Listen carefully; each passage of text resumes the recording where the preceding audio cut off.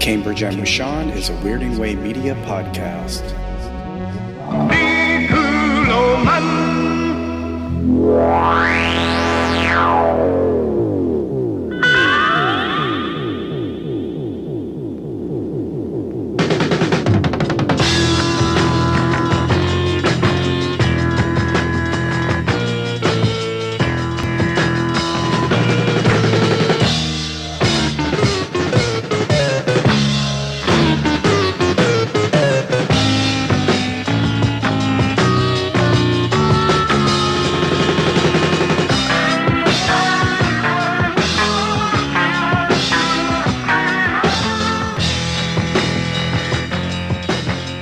Hello and welcome to Cambridge and Sean, a podcast by two weird guys about the weird things that they like. I'm Ronnie, otherwise known as Skelevator on YouTube, and this is my co-host, Mark Bigley, the host of Wake Up Heavy. And we've got some weird obsessions to talk about today, and I'm excited. This is something, I'm not going to say anything about what I chose yet, because I definitely want to hear what you've chosen first, but I'm really excited to dive into this territory. So what'd you pick, Mark? Well, I had something that I shared with you that I picked, but I'm going to spend the next 25 minutes talking about a major plastic rock ball update. Get a rock ball free, get a free rock ball. Oh, 25 minutes. All right. No, I'm just kidding. I've got my coffee, so I'm ready. The sound you just heard is our 10 listeners shutting off the podcast. Exactly.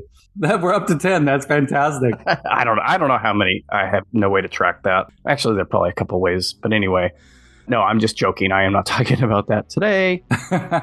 I'm diving into action figure territory, which I think I've only done once before with the Tomlin Cyclops. Haven't gotten into the big hitters yet, but this is sort of a minor league player for me, and it's got a great story. So I'm going to get into the story of these figures first, and then I'll talk about my childhood with them. I gotta say, I'm excited because you sent me images and I was like, I've seen these before, but I know nothing about this particular line. And so I'm really excited to find out. It was a big hit, but short-lived.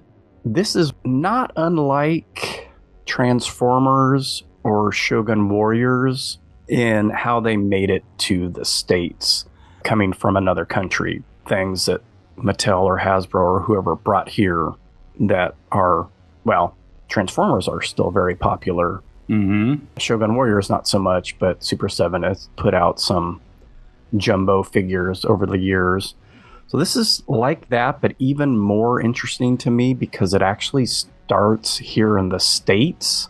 So here's the history, which I think I discovered maybe 10 or so years ago and thought was just extremely fascinating. In 1963, Stan Weston, not Stan Winston, although that would be really cool. Stan Weston created a quote-unquote doll for boys, and I'm using that term on purpose to piss people off. Did you see anything? No, sir. I didn't see you playing with your dolls again. Good! They're not dolls, they're action figures. They're totally dolls. Using a 12-inch figure dressed in military clothing, he sold the idea to Hasbro for $100,000, which roughly translates to almost $1 million in 2023. Woo! And America's movable fighting man was born. G.I. Joe, as he would soon be known, was licensed around the world, most notably, maybe for me, just because I'm familiar with these, in the UK as Action Man from Palitoy.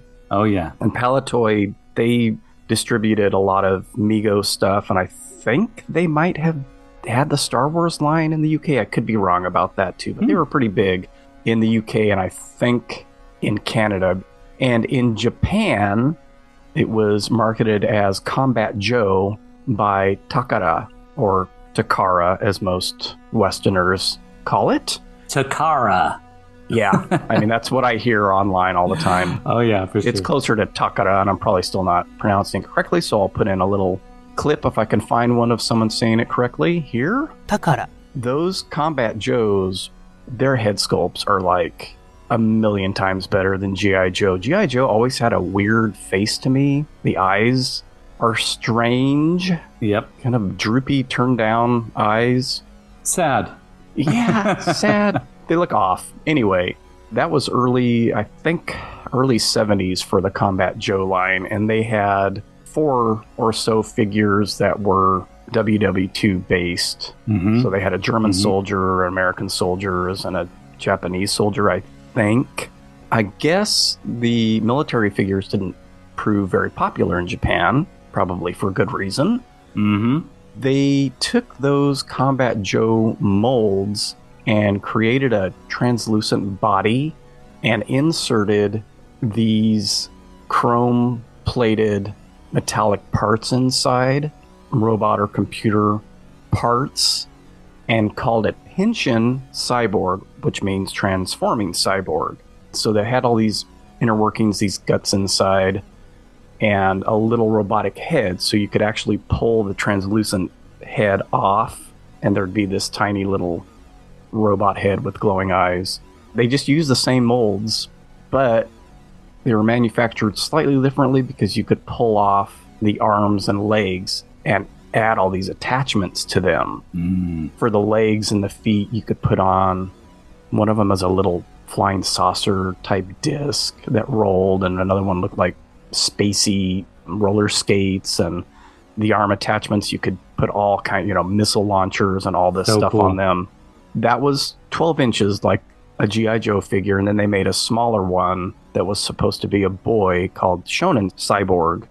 The size of those was prohibitive, and I think this is kind of the same thing for G.I. Joe. Plus, in 73, we had the oil crisis, and like you and I have mentioned, I think in the past, briefly, these things are petroleum-based. The plastics that toys are made out of are petroleum-based. And so they decided to shrink the figure down to a 3 3/4 inch size, and the Microman line was born. Oh, yeah. They pretty much copied the idea of the Henshin Cyborg in that the first versions of these were translucent bodies, and instead of inner workings, they had little chest plates that kind of replicated that idea that they were robotic in nature, and they would have little chrome heads. I believe the first one was just called Microman. From my lot of research, just looking at pictures online, most of them came in 4 versions, so there would be 4 different colors, and they would have a designation like M101 on through to M104, and they'd all have names. They'd all have the same first letter starting their names. This obviously was cheaper to produce, but it also meant that they could make sets at a cheaper cost as well. Because if you're making a set for a 12-inch figure, it's going to be gigantic, or even just vehicles.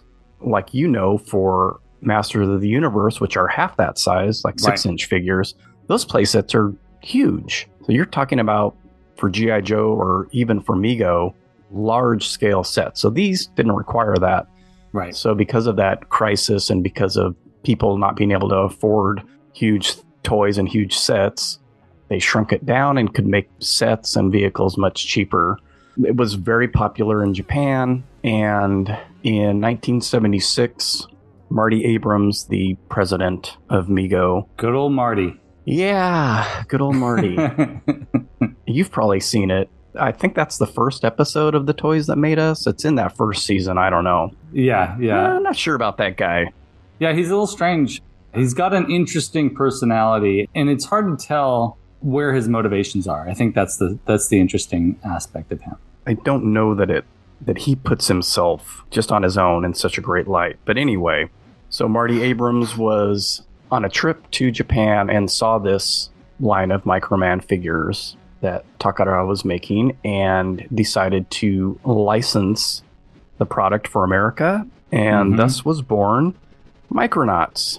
For children with imagination, the world of the Micronauts. Spacemen, robots, vehicles, some with magnets, some with batteries, and all with interchangeable parts, so your child can create dozens of different toys. And when Micronauts start a child's imagination working, he can create just about anything. Toys that climb, toys that spin, toys that float, toys that stimulate young minds. Look what I made. Micronauts by Mego.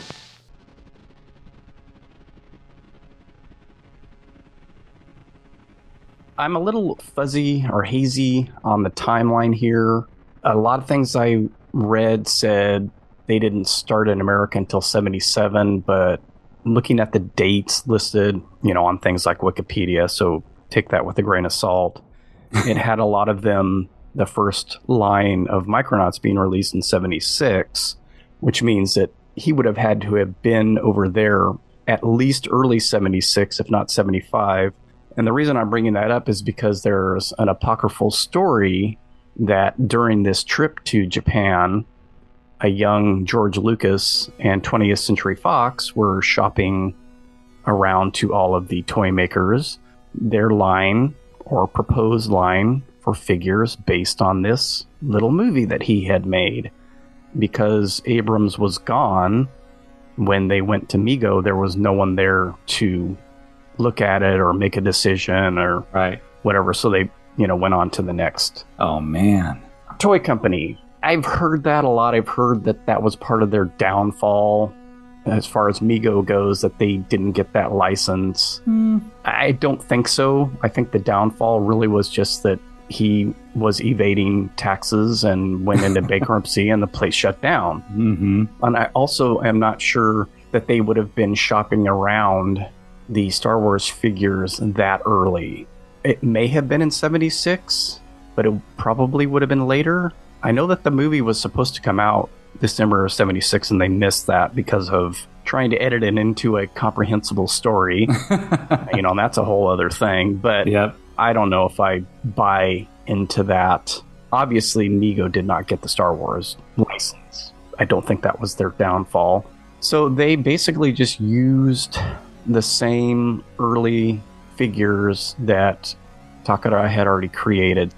Their Microman figure became the time traveler here, just a basic figure. Nothing came with it except this little peg that you would put in its back to fit it onto vehicles, because if it didn't have something to attach it, the figures would just fly out. Right. So they all come with a little, I think, 5mm hole in the back and this little elbow-like plug. As Takara would release things, they would get that figure and Americanize it. They had, like 4 or 5 figures probably to start. And then they brought the vehicles over too. I don't think they brought any of the sets over. I believe Mego made their own sets for the toys. The vehicles and figures for the most part were the same for at least a year or so. And then I think Mego started producing them themselves in Hong Kong. I know the answer to it, but it always surprises me in these stories of bringing these toys over. Why don't people just import these things? I mean, I guess it's just the import cost alone that prohibits that. Right.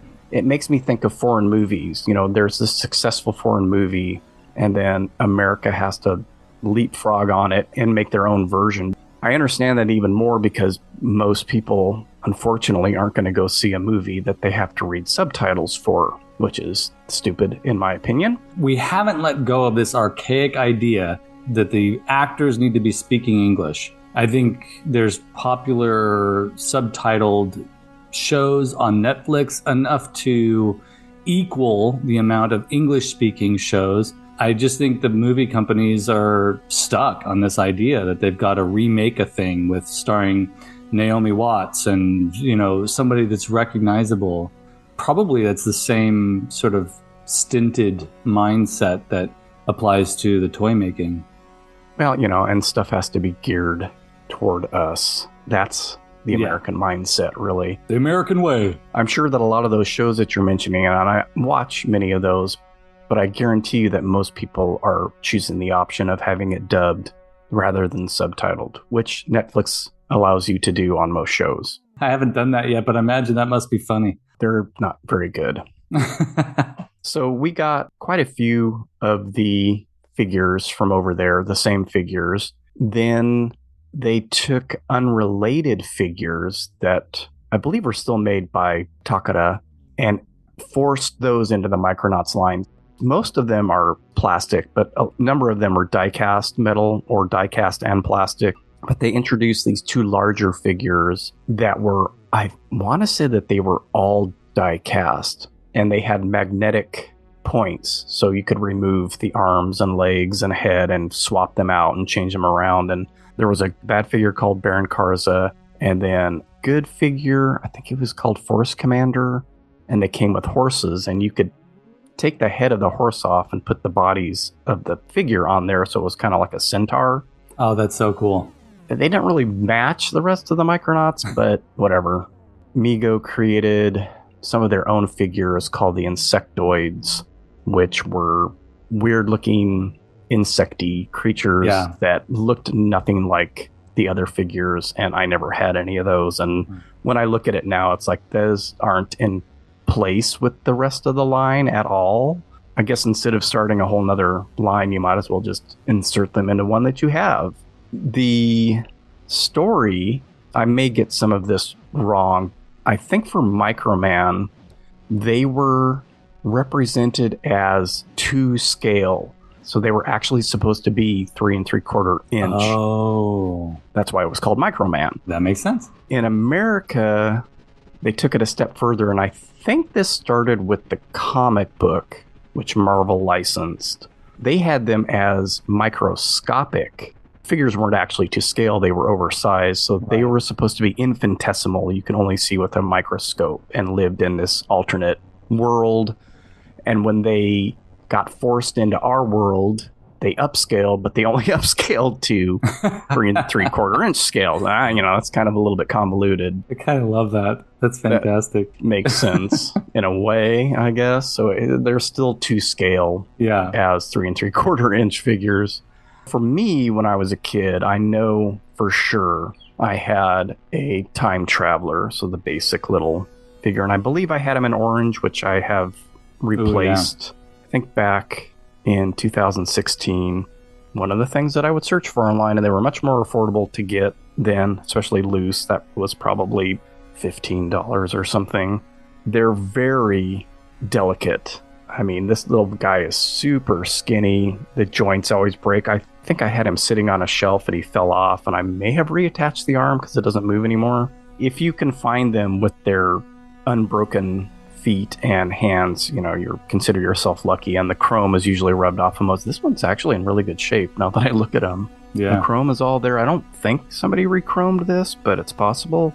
Looks factory made. So I got that little guy, and then I may have gotten him because of this, or shortly thereafter, Hasbro, who has the license now, released a special set for Comic-Con in 2016. I think I remember seeing that. Came in this huge box. Oh, yeah. The Interchangeable World of the Micronauts Classic Collection, and it came with 3 figures in this big box, and I forget the artist's name. I'll have my chatbot insert that. Famous either comic illustrator or toy packaging illustrator.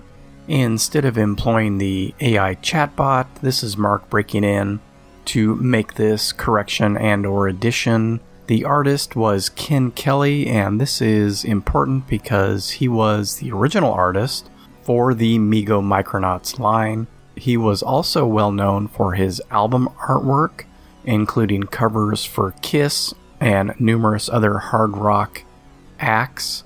He depicted Conan the Barbarian and Tarzan in print, and was one of the cover artists for horror magazines such as Creepy and Eerie. He was Frank Frazetta's nephew, his wife's nephew, and unfortunately he passed away in June of 2022. So it came with Pharoid, which is another one of the figures I had as a kid. I had the orange Pharoid. This comes with a blue one.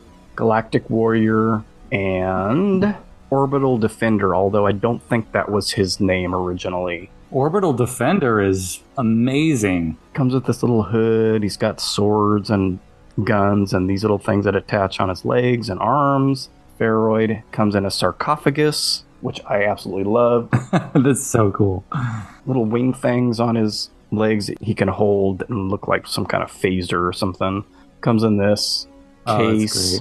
And I definitely remember having the orange one.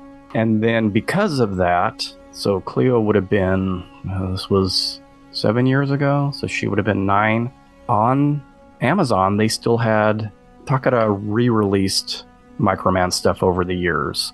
And in the late 90s and the early 2000s and later 2000s. And I believe this is from 99 or maybe early 2000s. It's basically the same kind of figure, but it's the only female figure they made, and she's in a little Statue of Liberty case. Oh, wow. So this is Lady Command, and she's got wings and everything like the other figures, but hers go on her back, so she looks like she can fly. In Japan, there were 3 other cases. So one is the, I'm not sure how to pronounce it, the Moai, the Easter Island figures. So it looks like an Easter Island head. And then a Japanese Dogu, which are those, if you look it up, you'll recognize the little Japanese deity figure that's got these big round eyes. Oh, yeah. Kind of an oval head, and then the arms are crossed like this. So one of them came in a case like that. And like I said, they all, there were usually 4 versions, 4 different colors, 4 different names. We didn't get any of that stuff over here. And I just looked this up. The one I got on Amazon for Cleo back then was like 16 or 17 bucks. And if you try to find them now, you're looking at $50 even for the re-release stuff. Oh, wow. My days of collecting Micronauts or Microman are over. It's so funny how that shift happens. I've seen it go in waves, so maybe at some point they'll go back down in price. I wonder what's causing the price to go up. I guess this was still pretty close to when those re-releases happened. I mean, if you look on Amazon now, you're not even going to find these figures. Right. I believe they had all the color variations for that Lady Command figure, and they probably had the Time Travelers and the Pharoids and stuff as well. I just got that for her to go along with the ones I had. The line was immensely successful for Mego as well. I read in multiple places that it made up 1/3 of their total profits. Oh, wow. For the time that they were selling them. But they both died out, both lines in Japan and in America pretty much died out in 1982. In America because Mego collapsed and went bankrupt. Mm-hmm. And in Japan, it was just, changing tastes. So they made numerous changes over the years to the Microman line. I think it was in 83. They changed the name to Micro Change. And the figures were little cassettes and other everyday items that you could transform into a different figure. You getting where I'm going here? Oh, yeah.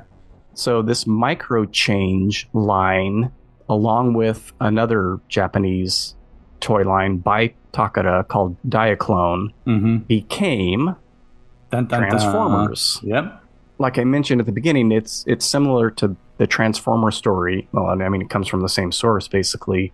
And the Shogun Warrior story where someone goes over there, brings this over here, but it actually started here with G.I. Joe. That's the extra full circle aspect of these. I forgot to mention, I also think I had the baddie of the original Micronaut line. I always want to pronounce it Acroyear, because that's how it's spelled, but it's Acroyer.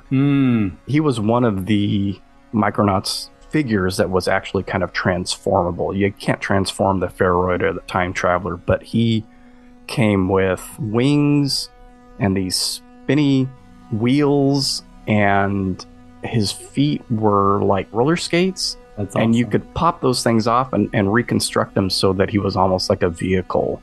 Oh, that's so cool. I remember cool. having that one as well. None of those toys survived, unfortunately. Actually, I'm sure most of them broke when I had them as a kid. Yeah.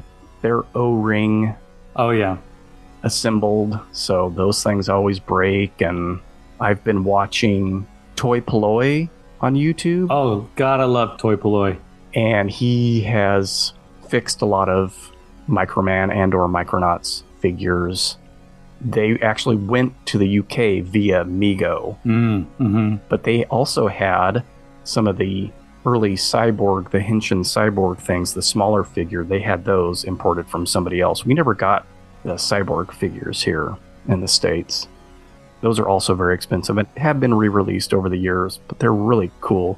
So I went down that Toy Polloi rabbit hole, but also like you mentioned, just looking at accounts on Instagram that collect the Microman figures, and if you see a group of them together, even the solid figures, forget the translucent ones, but there's like solid yellow and red and blue, and they're amazing looking together in collections. Yeah. I don't know how many sets or series they made, but look them up on Instagram or look up Microman commercials on YouTube, and their commercials are amazing too.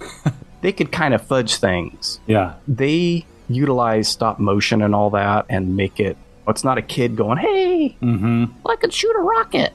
They make the thing do all the stuff it can do, which here you'd probably get in trouble for because you're misrepresenting the toy. Kind of. It can't actually fly through the air, so you can't show that. Right. So they've got them flying and shooting all these lasers and blasting stuff and drilling holes into mountains, and that's so cool. They're amazing. And that's the music, by the way, that will be opening the show is from one of their commercials, and it fucking rocks hard, man. Yeah, you sent me that, and I was like, this is one of the greatest things I've heard all year. It's like amazing prog rock. Yeah, instrumental it's so music. Good. Yeah, inspiring, in fact. These are fantastic because I'd heard about Micronauts and I'd seen images in the past, but it never really struck a chord with me. Now that you've planted that seed, these are so cool. They're gorgeous little figures. They're gorgeous figures, yeah, exactly.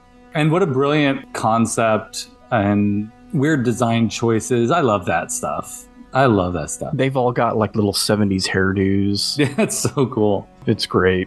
Especially this Pharoid. He's got this almost mullet hair.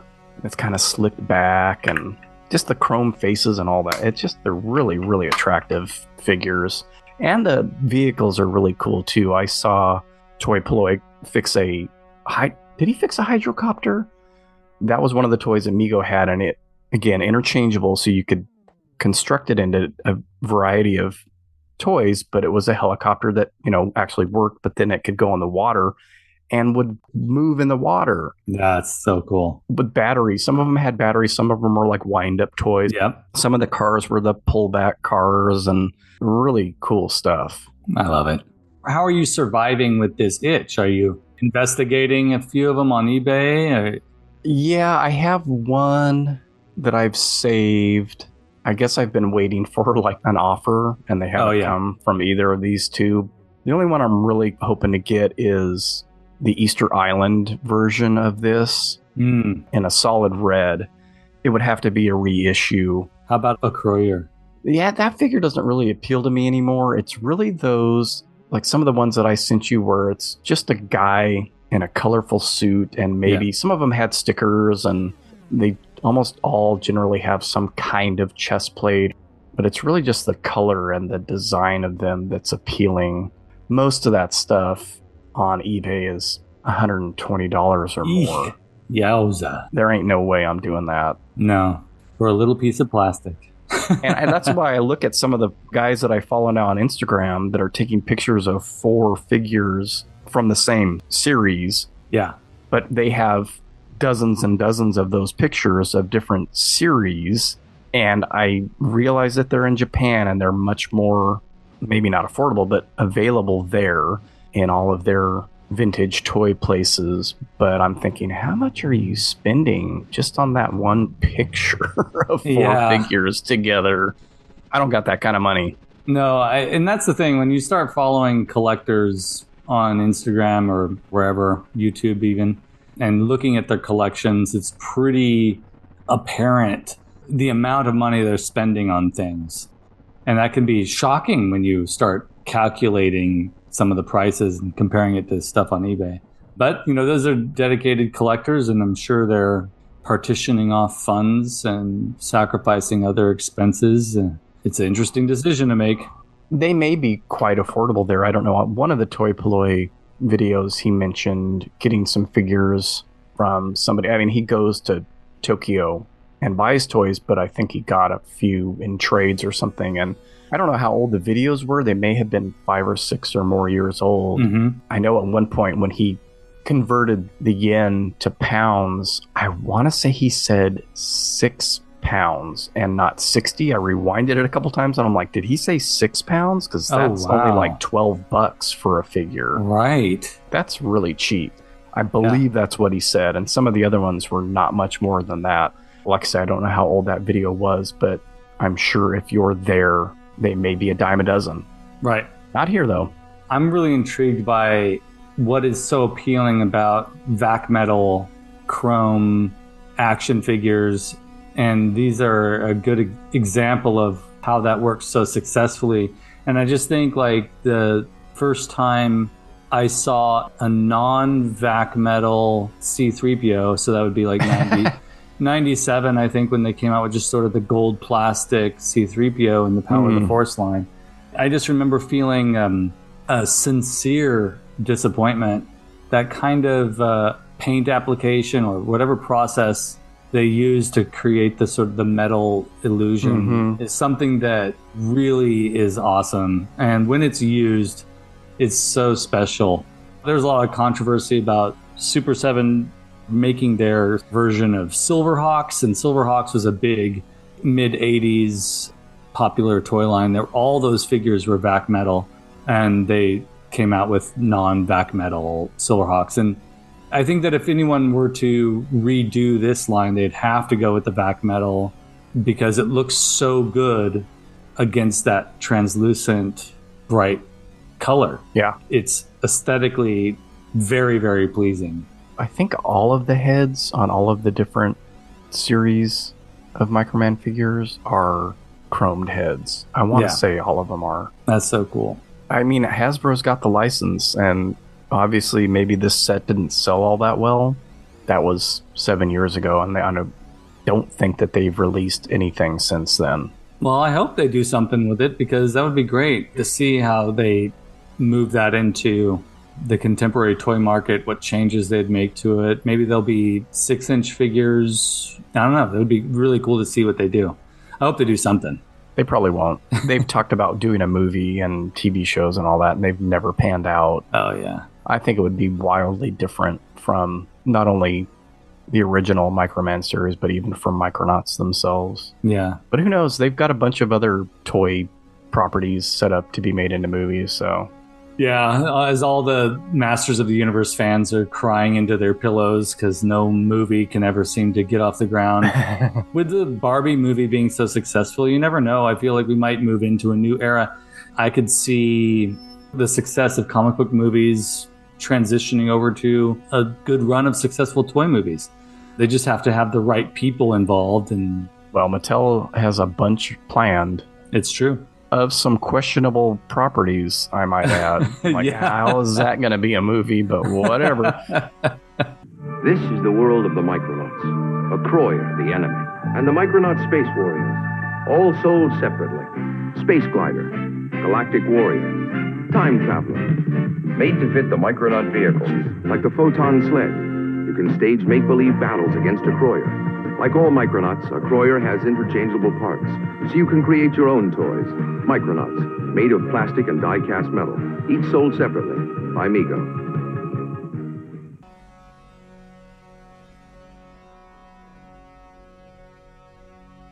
Speaking of forthcoming movies, the next thing I'm about to talk about, in doing my research, I found out that there were could potentially be some forthcoming projects from studios, but I doubt that they'll actually come to fruition.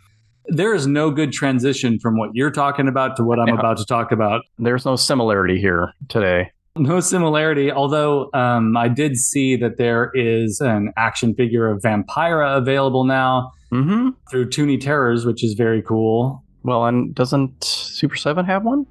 Oh, yes, Super 7 has a reaction one. That's right. So that means I'm hoping that this sort of resurgence of interest in a personality like Vampira's might lead to some other things in regard to what I'm about to talk about. So, Ronnie, what's your big item for episode 10? 10, can you believe it? This is airing in November. So right now I'm in the midst of my seasonal monster movie excitement. That never really leaves me, but I love the season. for horror movies and horror icons. And it just so happens that it's also Bela Lugosi's birthday on October 20th, which just passed. Every once in a while, I return to Ed Wood. My friend, can your heart stand the shocking facts about grave robbers from outer space? Ever since the movie came out, the Tim Burton movie came out in 1994, I have a deep appreciation for this guy's body of work to a certain extent, and I'll get into that in a little bit. Such as it is. That's the way. Every once in a while, I'll get back into it. And what always triggers this is rewatching Bela Lugosi's Dracula. And sometimes if I catch it or if I search it up online, watching White Zombie, then I start thinking about Ed Wood again. When I saw the movie in 94, I knew what Plan 9 from Outer Space was. I do know that. And somehow, and I can't remember the exact parameters of this, but probably my dad, because I went to see the movie with him, and he had the cult movie book, or the Midnight movie book, and Plan 9 from Outer Space was in there, as well as all the other Ed Wood movies. But for some reason, I think it was seeing the Tor Johnson rubber mask in Starlog and Fangoria magazines.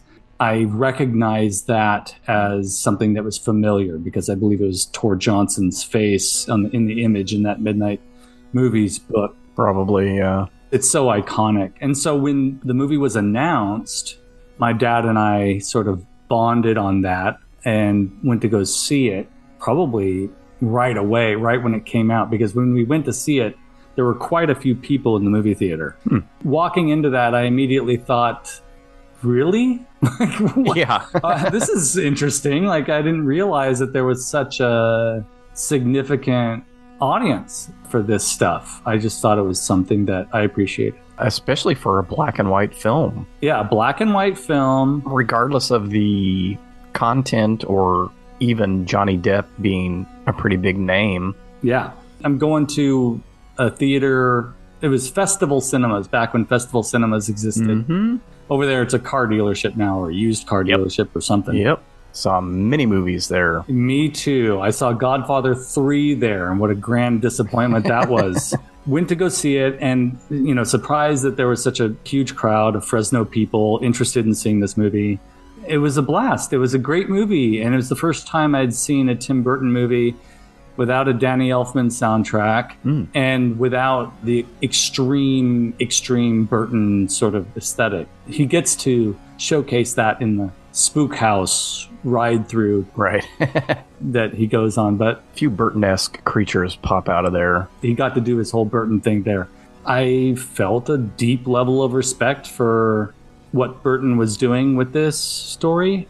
It was one of my first moments of found out about the movie, so I started to do a bunch of research on Ed Wood and his movies, and I watched Plan 9 from Outer Space before the movie came out, and I was genuinely getting worried about Burton being too heavy-handed with it. And then when I saw the movie, I was really impressed. You and I were texting about this, and you made the joke, his last great effort, or something like that. Yeah. And I wrote back and I said, for both Depp and Burton. And you said, exactly, that was the joke. Which his am I talking about? Yeah, exactly. Exactly. I still feel that way. I mean, Depp has done some interesting things since then, and Burton has done a few interesting things since then. I don't want to discount everything that they've done after that, but I feel like that was like, it still is sort of the peak of their work together. Sleepy Hollow was a good time, but yeah, it's not an Ed Wood. I really do think it's his last great movie because it's not that rampant Burton style combined with CGI. The Willy Wonka movie is a nightmare. I can't even do that. If we ever, I mean, I'm sure Burton will come up in conversation again in the future because I went through a very deep, obsessed stage from when Beetlejuice came out. And I've already talked about him with the Batman 89 movie. When CGI entered Burton's realm, I feel like even though I love Mars Attacks, it does not serve his movies well. the No. CGI aspect. And Mars Attacks is a good one. With so much of that CGI, I accept it, but it's sort of a hard pill to swallow. And you're right, the Ed Wood movie feels like an Ed Wood movie in that there's a lot of, and I'm going to say this, and I know that there are some people out there that might feel differently about this, but Ed Wood's movies are his earlier films are, I have to be very careful about how I talk about this. His earlier films have a lot of love in them.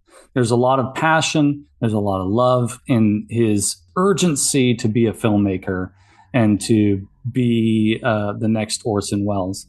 There's a lot of passion behind these movies. I feel like Burton emulated that successfully. Whether he felt that kind of passion or not about the Ed Wood story, I kind of feel like he did and does. That really translates quite well. The connection for me is they both have a lot of heart. Those early Ed Wood movies and his Ed Wood movie have a lot of heart. Sugar-coated, the Ed Wood movie, the Burton movie, is sugar-coated. We don't get into his troubles. It stops in the film before it enters the dark territory. Yeah, but I still think he even had some troubles early on, too. It's a goofy Ed Wood that's just all smiles and full of heart. Yeah. It makes sense because that's how he was approaching his films, so... Yes. In fact, in rewatching, because I rewatched it in preparation for today's recording, and I'm realizing there are layers of sadness and hints at the alcoholism, Bela Lugosi's journey with addiction in the movie, all serve to sort of tell this true story of Ed Wood while emphasizing the camp that is sort of the frosting on the cake. I realize that the sadness of Bunny Breckenridge, too, that character played by Bill Murray, in his disappointing journey as well, it's all there in the movie. And in rewatching it, when you watch it the first time or the second time or the third time even, you might just be focusing on the camp. All the hints are there that showcase is not the right word, that educate us about the demise to come and the demise of the folks involved. And what happened to me in my relationship with this sort of story was that I realized this is after I'd sort of gone through my horror movie obsession and interest in special effects makeup and all that stuff.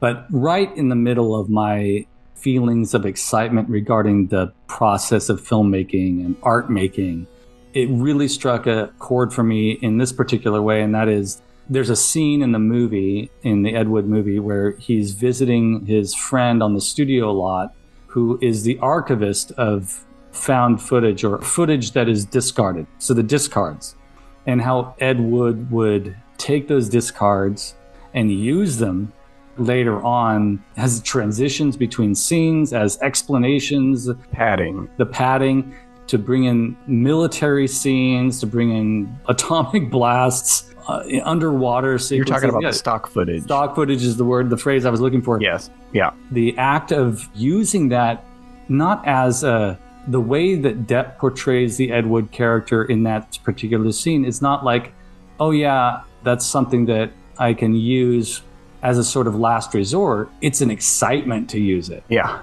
Like, oh, I can already see a whole movie around this stock footage of buffalo and an octopus under the water. Right.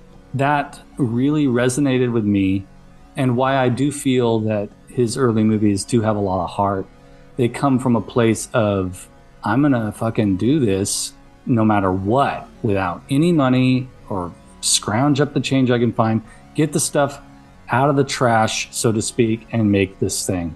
As you're saying that, I'm thinking it's that cart before the horse mentality that still gets used mostly by low budget studios or producers or whatever, where, and I'm thinking of stuff in particular like New World Pictures or what's the company that Charles banned, but they would create a poster for a poster movie first and sell that and then have to make the movie. It's much the same as where, oh, here's some stock footage of an octopus that was shot for a nature documentary. I can write a scene around that. Yeah. And even makes me think of David Lynch. His big thing is catching fish. You catch these ideas. Yeah. An ear in a field. Yeah. A guy spying on a woman in a closet. Oh, yeah. Those two ideas become Blue Velvet. Yeah. Amazing. Now, where he takes those ideas maybe lead to a little more interesting places than the octopus did for Ed Wood, but it's the same idea. And people still do stuff like that. It's true. I mean, the artist who has an open mind to the happenstance and then uses that, mentioning Lynch again, the legendary story of the guy working on the set of Twin Peaks and is peeking from behind the bed and there is Bob, right? Right. Lynch being willing to use that element, that happenstance moment to create a plot point in the movie, the willingness to use the situation as it presents itself to your creative advantage is something that really resonated me about the work of Ed Wood and made me appreciate, helped me understand why Tim Burton would make a movie about this guy. There is a whole other side to Ed Wood that I feel is deeply sad, and that is how he felt misunderstood.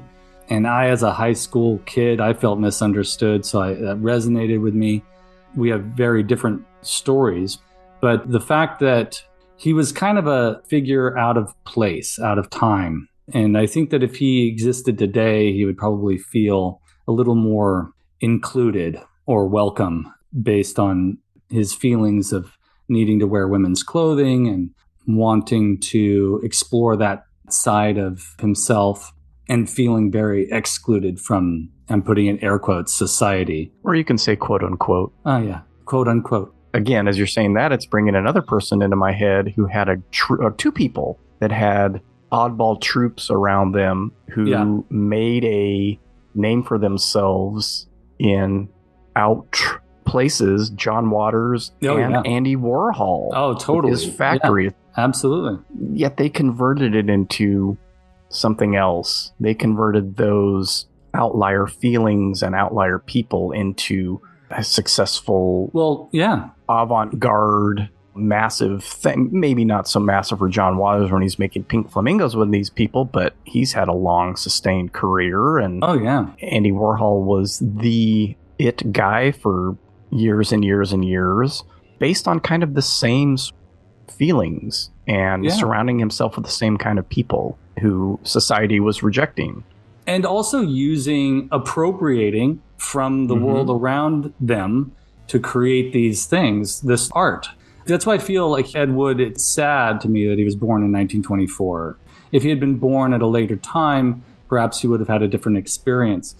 When we think about Andy Warhol, and his lifespan, and we think about Ed Wood and his lifespan, we're talking for Ed Wood, 1924 to 1978, that's not too far off from Warhol's lifespan.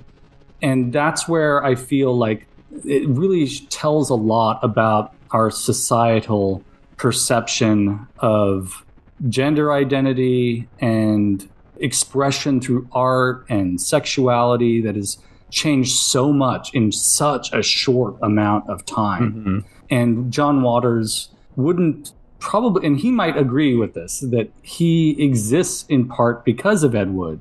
And that territory was explored by Ed Wood previous to John Waters jumping in. It's a sad story, but it's also an exciting story too. That I feel like, thank goodness for people like Ed Wood. And there are more, we could go into the whole Roger Corman thing too.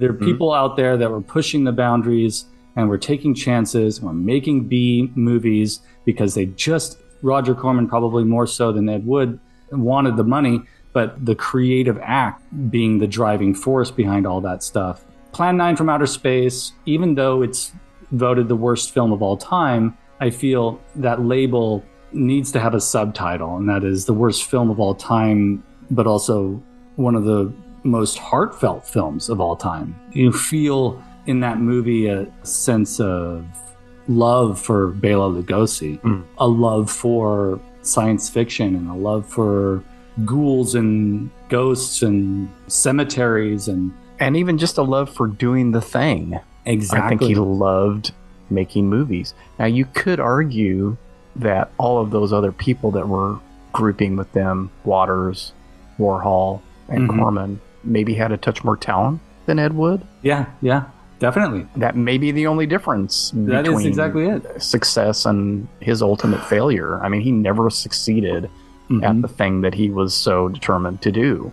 And it's interesting, when I think about talent as a person who makes things, I look back on my body of work and I see things that are hit and miss. And I'm sure John Waters looks back on his body of work and he sees things that are hit and miss. And I'm not comparing myself to John Waters in any way, shape, or form, because the guy's a master. But I do know that talent is a difficult thing to pinpoint, because what might work for one might not work for another. And I'm talking about the person perceiving it or the audience that's engaged with it. Someone looks at a Jackson Pollock and might think their kid can make that painting, and someone looks at a Jackson Pollock and has a revelatory spiritual experience. How do we define talent? It gets really complicated. Ed Wood's talent, if he had one, was to identify an idea within the materials at hand and then execute it with balls. Glenn or Glenda is a spectacular movie because it's so gutsy and super weird and disjointed. I'm going to tell you this story using only these 5 elements. Like you have, and it's an admirable choice to make. And maybe the talent isn't in the quality or the execution, but in the guts to do it with the materials at hand. I think about his journey a lot. I don't want to spend too much time talking about his later years because he spiraled into alcoholism and pornography and couldn't escape that kind of trap. That's the saddest part. That the only way he could make money was survive was to do what he was. There's no way to really justify it. He just made bad decisions. That is it's the sadness of Bela Lugosi's journey too. People make these decisions and they go down a path. You can blame the world, but really it comes down to that person making the bad decision themselves and then living with those decisions.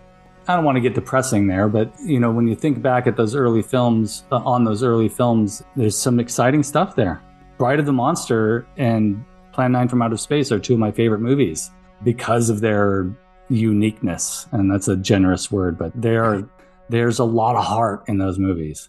I will say this, because you mentioned Plan 9 way back. I don't remember what we were talking about, that idea of it being the worst movie. I've seen much worse movies. I've seen much worse movies by Ed Wood himself. Orgy of the Dead is a slog. Oh, it's horrible. It's impossible to get through. At least Plan 9, it might put you to sleep, but when you wake up from your brief nap, you're still interested in what you're seeing. I always think of the scene in Burton's Ed Wood where he's constructed the cockpit as sort of the barometer for successful low-budget movies versus unsuccessful low-budget movies. I just watched a movie and talked about it for an episode of The Projection Booth called Walking the Edge with Robert Forster, low-budget movie, made in the 80s, so definitely more budget than Ed Wood ever saw in his life. Right. But at one point, Robert Forster is walking through a club, and there's people doing the tango on this little stage, and the wall behind them is obviously sheetrock. Knowing what you were going to be talking about this episode and watching that fairly recently, it just made me think of the cockpit set in that movie and how some people like Roger Corman hiring really talented people on a shoestring budget where you can construct sets out of styrofoam fast food packaging and make it look convincing. Yeah. Or you can construct a cockpit that doesn't resemble a cockpit in the least bit like Ed Wood did.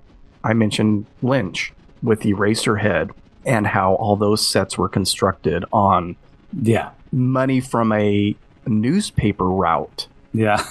But you can't convince me that that's not Henry's studio apartment. Yeah. I don't watch that movie and go, that was constructed on this mansion in Beverly Hills and the stables there. Right.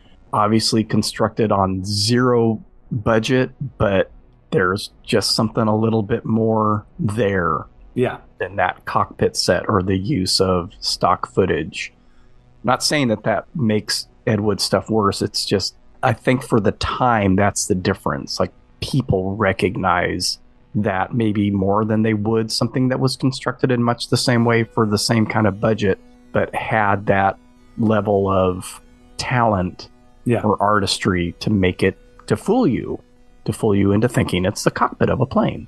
I think what hindered Ed Wood's talent was impatience, the need to just get it done as opposed to caring about how the scene was lit. Right. I mean, you can have some drywall, some sheetrock, and a couple of chairs and a framed picture, and it will look like an office or it all depends on how you light it and how much time you take to pay attention to how it's going to look on film.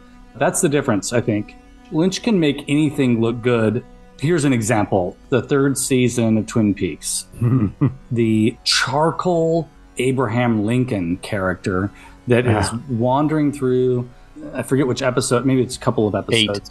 Episode 8. Anyone else without the Lynch eye would film that, and it would just look like a dude wearing a bunch of charcoal makeup and looking lame. It would just not work. But because he spends so much time with the lighting, with the details, with the sound, with the framing of the scene, it doesn't look like a guy in a costume. It has this otherworldly feeling. That's just one example. You could take all the atrocious CGI in that season of... But then, and I think that's a case of, I don't know if it's on purpose or not, or if it was a budget thing, but then on that same episode 8, that atomic bomb explosion is masterful. It's beautiful. CGI. You can just watch that on a loop and have it's like looking at great art that affects you in a particular way. Because that was important to the story, that looked good. So I don't know if all the CGI budget went to that one scene or if the other stuff is bad on purpose. Yeah. You're watching a TV show. This is a construct. Yeah. Who cares what Matthew Lillard's blown off head looks like? Because it looks bad. There is no getting around it. There is some bad CGI in that season. CGI is really the worst, isn't it? It really screws things up sometimes. And that also might be the commentary. This is CGI. Why make it look good? I don't know. I don't know why it's bad. Yeah. But there is some awful CGI in that third season of Twin Peaks. And it's funny because I feel like it's one of the best things he's done. Oh, yeah. And, you might be onto something. And maybe it is, here we are talking about Lynch. Maybe it is something he's conscientious of and doing on purpose. Try to get him to talk about it. No, that's not going to happen. Yeah. No. No. Eraserhead is my most spiritual film. Elaborate on that. No. God, I love David Lynch. Because of Ed Wood and because Tim Burton made that movie, I spent many years after that really spending a lot of time with B movies. I explored most of Roger Corman's early films. I tried to watch all of Ed Wood's movies. I'll always have an appreciation for a good B movie with a lot of heart because of Tim Burton inadvertently getting me interested in Ed Wood and his body of work. And I'll always have respect for the artist that is honest and puts a lot of heart into their work, even if it doesn't quite have the talent, quote unquote talent, that we expect from what we deem as high art or something that's aesthetically pleasing. I'd much rather watch Coven than the Twilight movie any day. Remember Coven? I follow that guy on Twitter. Yeah, he's an interesting guy. It just makes me laugh that he chose to pronounce it as Coven. That's how he pronounced it. That whole part of that movie is just great. I just love that he... You say oven or oven? He's like, so that's the kind of true to oneself attitude that I appreciate. It is not Coven, it is Coven, because that's how he says it. Yeah. It's not pronounced any other way in his world. If anybody's not familiar with what we're talking about, check out American Movie. Yes. It is a documentary about the making of a low-budget film called Coven. That's right. Or Coven. I want to pronounce it correctly. That's right. And it's an absolute delight of a film. It is. It's a great documentary. And watch it with the commentary, too. Watch it once straight through and then watch it with the commentary because it's a whole other experience. Yes, it's indeed. like meta. Well, that's another thing, too. If Ed Wood were around today, if he were around during the era, not today, but during the era of commentary, when DVDs were first being released and special features were suddenly becoming a big draw for people to buy a movie, if he had been around to provide those commentaries, that would have been really interesting to hear his perspective on things. Because again, we're just sort of interpreting. And if he were in a state where he was capable of making commentaries, I think he would have to have been in a different... Yeah, I have to pair that with the hope that he would go through some sort of recovery stage, but that just didn't happen. You see? You see? Your stupid minds. Stupid! Stupid!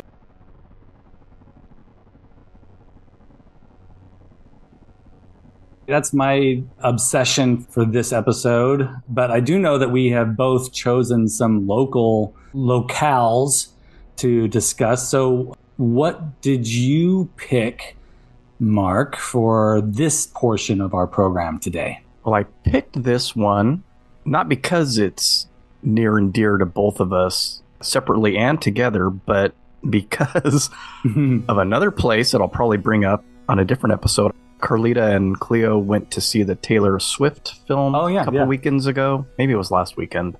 So I was on my own that evening, and I went to a different local place, and bought myself an individual chicken pot pie for dinner. Oh. That inspired Carlita to order Costco's chicken pot pie the next day, which is gigantic, and we, between the three of us, have for 2 nights because it's so huge.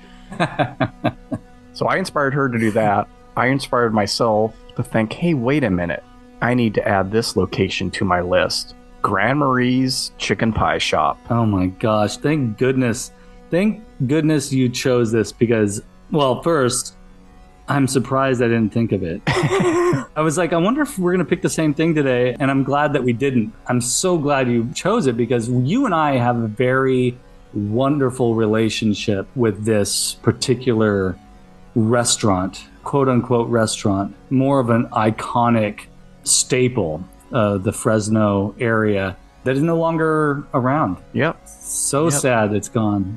But take it away. I didn't do any research or anything, just to find out when it started, and that was in 1956, so it lasted for 63 years. They closed in 2019. Yep. I don't think I actually went there, though, until I lived in the Tower District, right, mid-90s. And I think that if I were to tally it up, I went there the most with you. Yeah, me too. I don't know that the first time I went there was with you or not. Probably predated us meeting.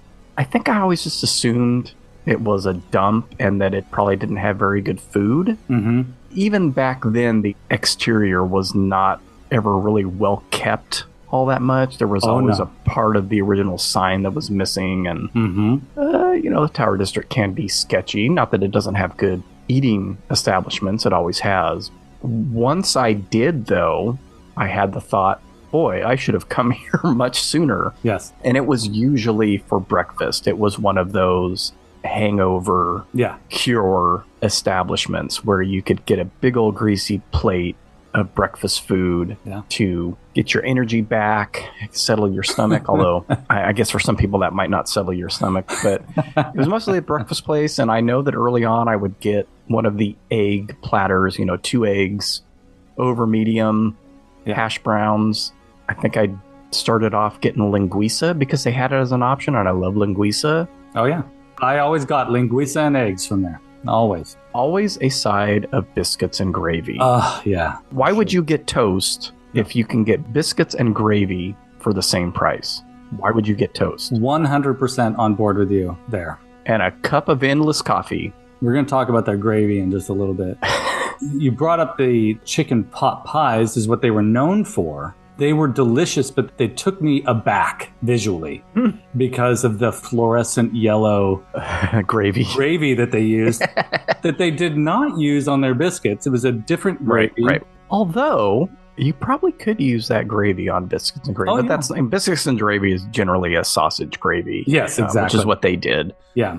What's really fantastic about that restaurant, what was fantastic and what kept us going back was not only the reliability of a greasy breakfast, but also the interiors never changed. Yeah. They never updated the old vinyl seats. They never updated the wall decorations. Which was apparent by the layers of dust on it. Absolutely. They didn't really clean anything above the floor.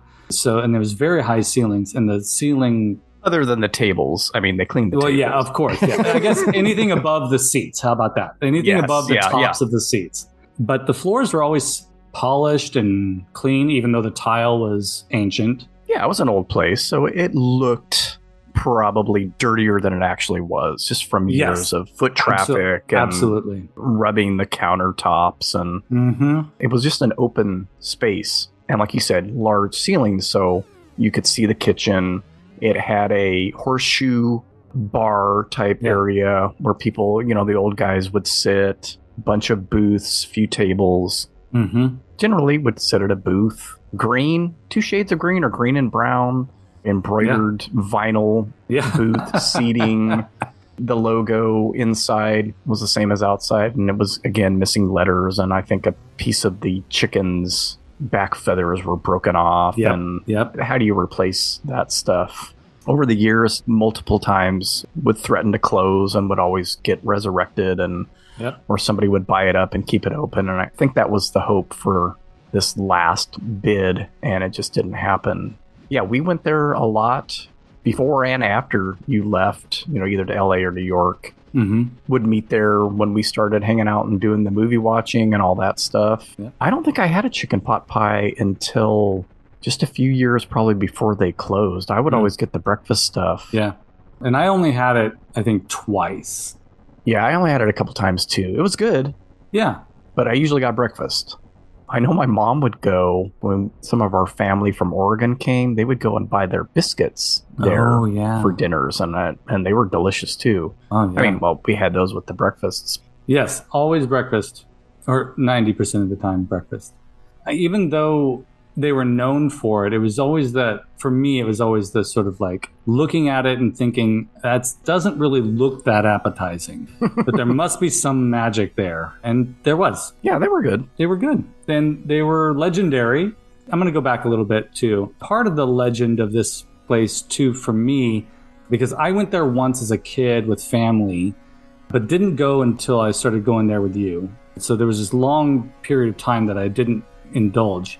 When I was in high school and I was discovering poetry, discovering Charles Bukowski, but I was also discovering the Central Valley poets.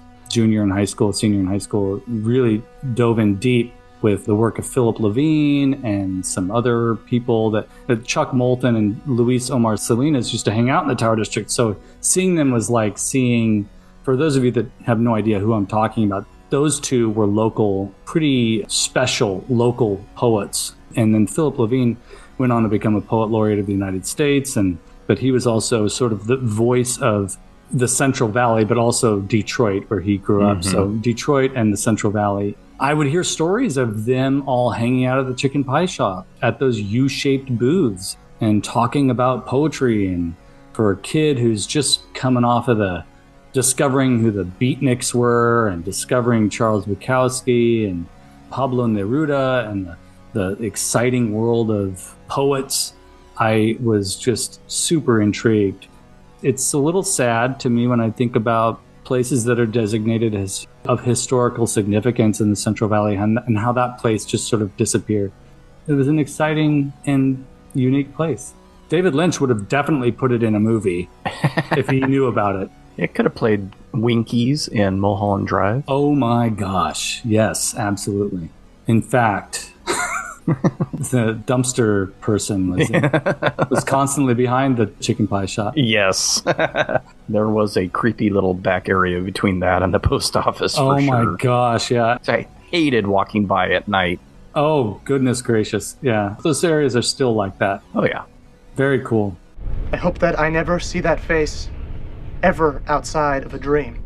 The place I chose has less of a significance in that kind of way, but it was more of a mystery to me as a kid. And that is because we didn't go there. That is Blackbeards Family Fun Center, or Family Entertainment Center as it's called now.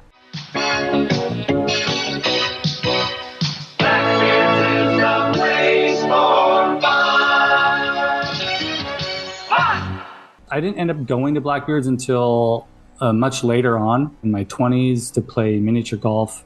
I don't know if you ever went with me. Did we go? I don't think so. I only went like twice. But when I was a kid, so that's the least important part. I will always have a deep love and appreciation for miniature golf courses because I love constructed facades and miniaturized environments. And I just love the idea of miniature golf. Blackbeard's Family Fun Center was an arcade. It was a miniature golf course.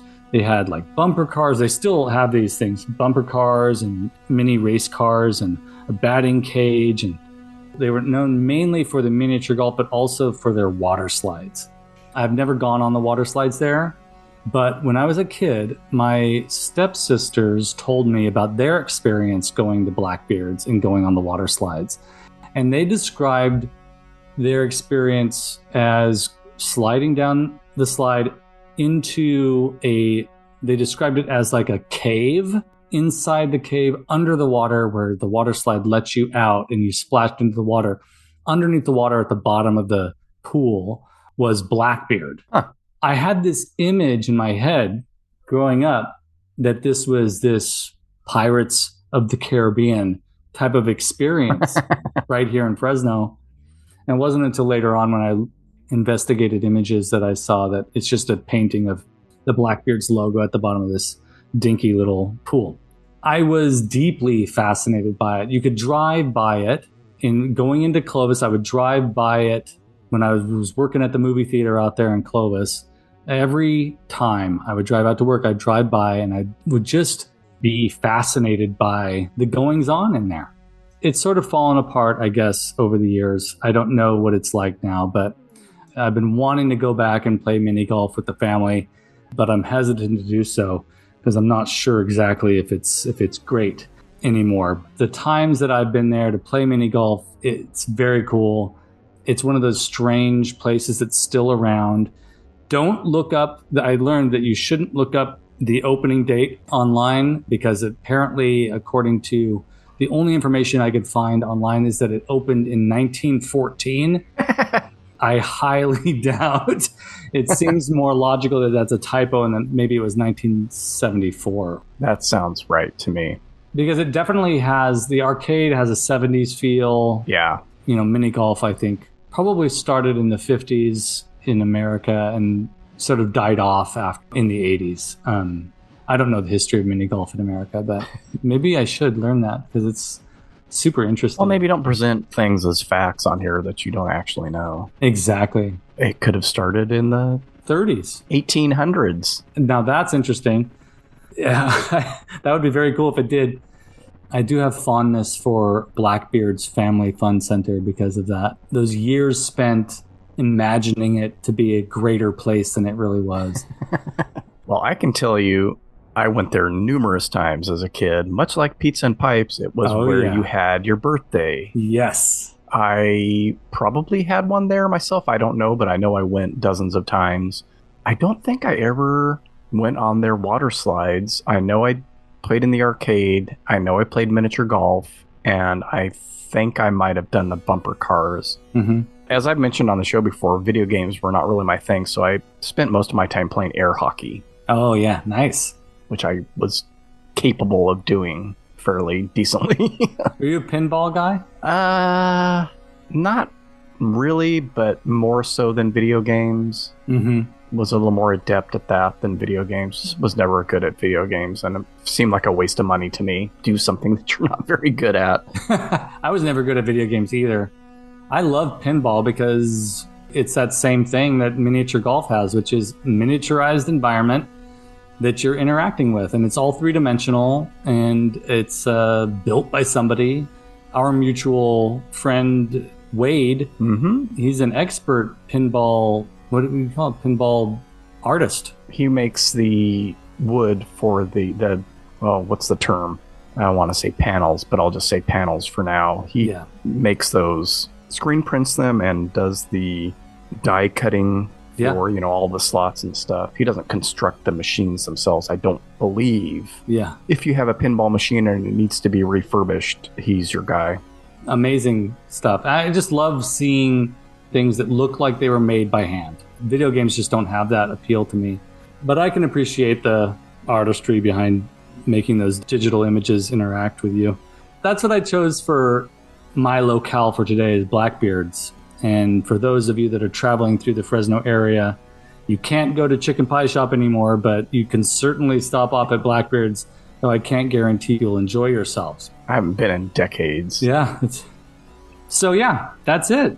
Yes. Where can people find you, Mark? They can find me on social media at Wake Up Heavy on Instagram, Twitter, Facebook. I don't post much on Facebook. Letterboxd if you want to see what I'm watching.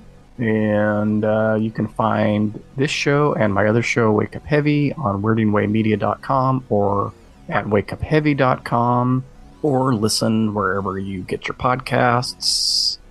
And I think that's about it. I've got, let's see, this is going to be out in November, so I should have a couple episodes out. One on the Chevy Chase Goldie Hawn film Foul Play from 1978, and another on Bob Balaban's black comedy Parents.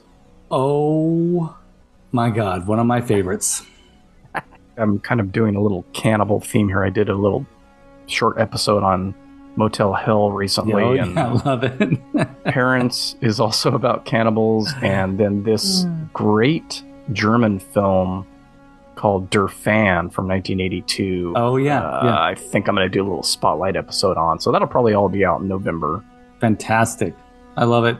Parents is one of my favorite dark comedies of all time. I rewatched it about 2 years ago, and it is so good. And it's definitely watch it today with Cleo. Nice. Oh gosh.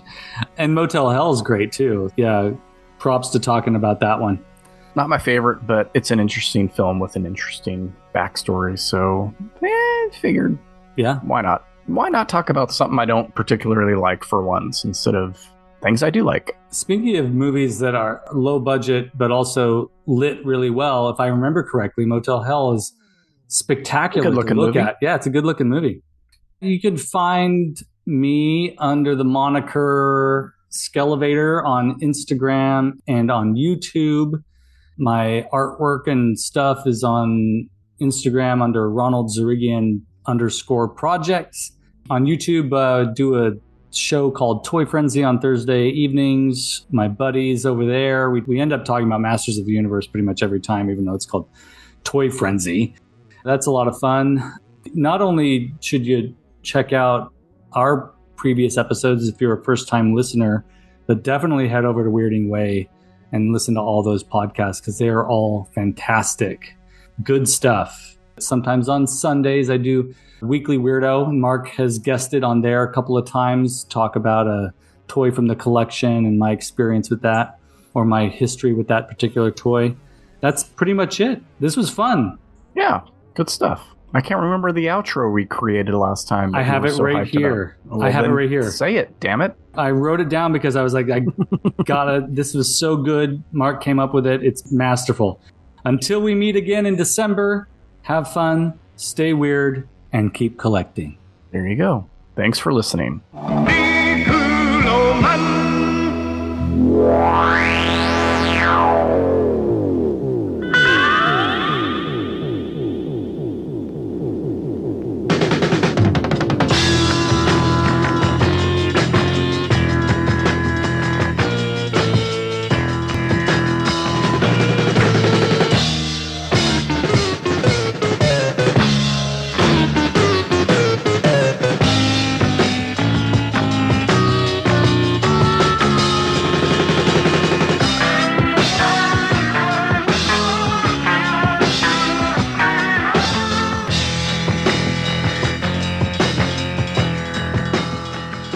You see? You see? Your stupid minds. Stupid! Stupid!